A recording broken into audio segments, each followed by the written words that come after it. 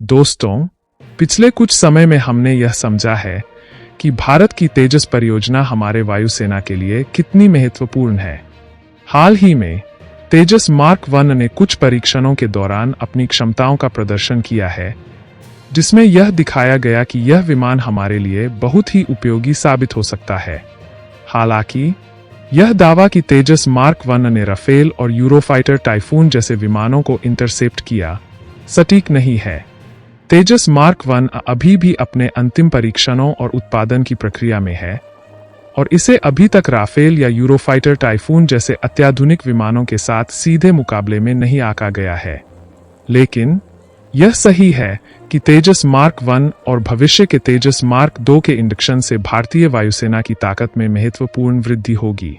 भारतीय वायुसेना के लिए इन विमानों की बड़ी संख्या में तैनाती से स्वदेशी उत्पादन और आत्मनिर्भरता को भी बढ़ावा मिलेगा। इसलिए जब तेजस मार्क 1 और मार्क 2 को पूरी तरह से वायुसेना में शामिल कर लिया जाएगा, तो निश्चित रूप से यह हमारी सामरिक क्षमता को पहले की तुलना में कहीं अधिक बढ़ा देगा।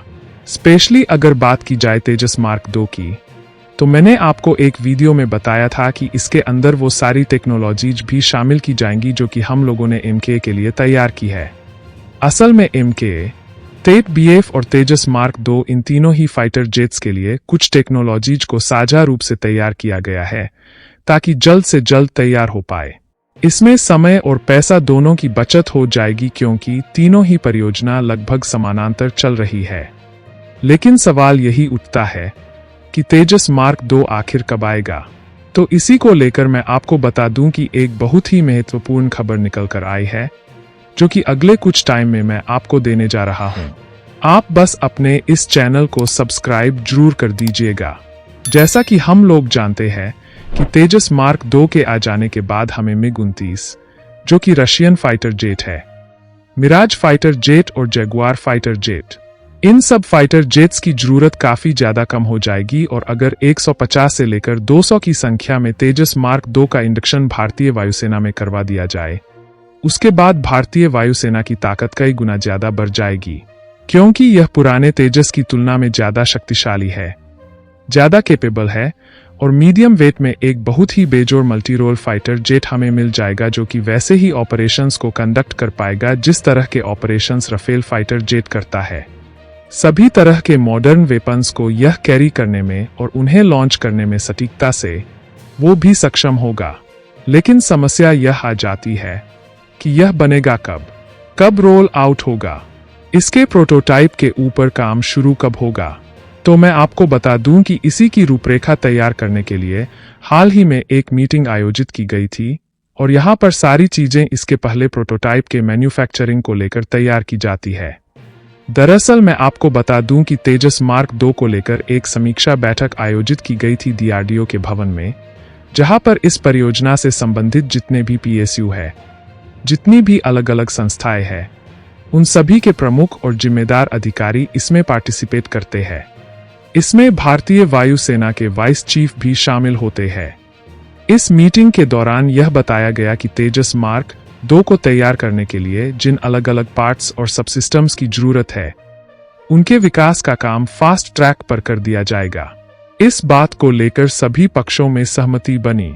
इसके अलावा इस मीटिंग में भारत की एक बहुत ही महत्वपूर्ण संस्था central electromagnetic engineering research institute और नेशनल फ्लाइट टेस्टिंग सेंटर के अधिकारी भी शामिल थे। यहीं से एक महत्वपूर्ण बात सामने आती है। मैं आपको बता दूं कि ये दोनों संस्थाएं किसी भी प्रोटोटाइप की फ्लाइट टेस्टिंग और संबंधित सभी उड़ान परीक्षण कार्यक्रमों में बहुत ही महत्वपूर्ण भूमिका निभाती है।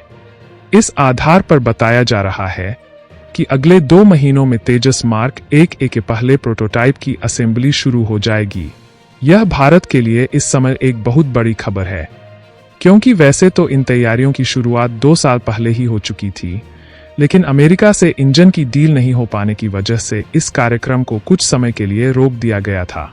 इसके लिए आवंटित किए गए फंड का इस्तेमाल भी रोक दिया गया था। अब जब अमेरिका से F414 इंजन की डील हो चुकी है, जिन्हें भारत में ही टेक्नोलॉजी ट्रांसफर के साथ मैन्युफैक्चर किया जाएगा, तो इस निर्माण के लिए तैयारियां फिर से शुरू कर दी गई है। जैसा कि बताया जा रहा है अगले 2 महीनों में इसके प्रोटोटाइप की असेंबली शुरू हो जाएगी।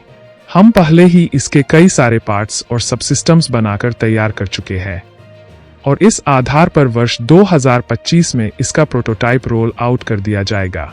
कुछ एक्सपर्ट्स का मानना है कि इससे पहले भी यह काम पूरा किया जा सकता है, क्योंकि इसके अधिकतम पार्ट्स और सबसिस्टम्स पहले ही तैयार हो चुके हैं।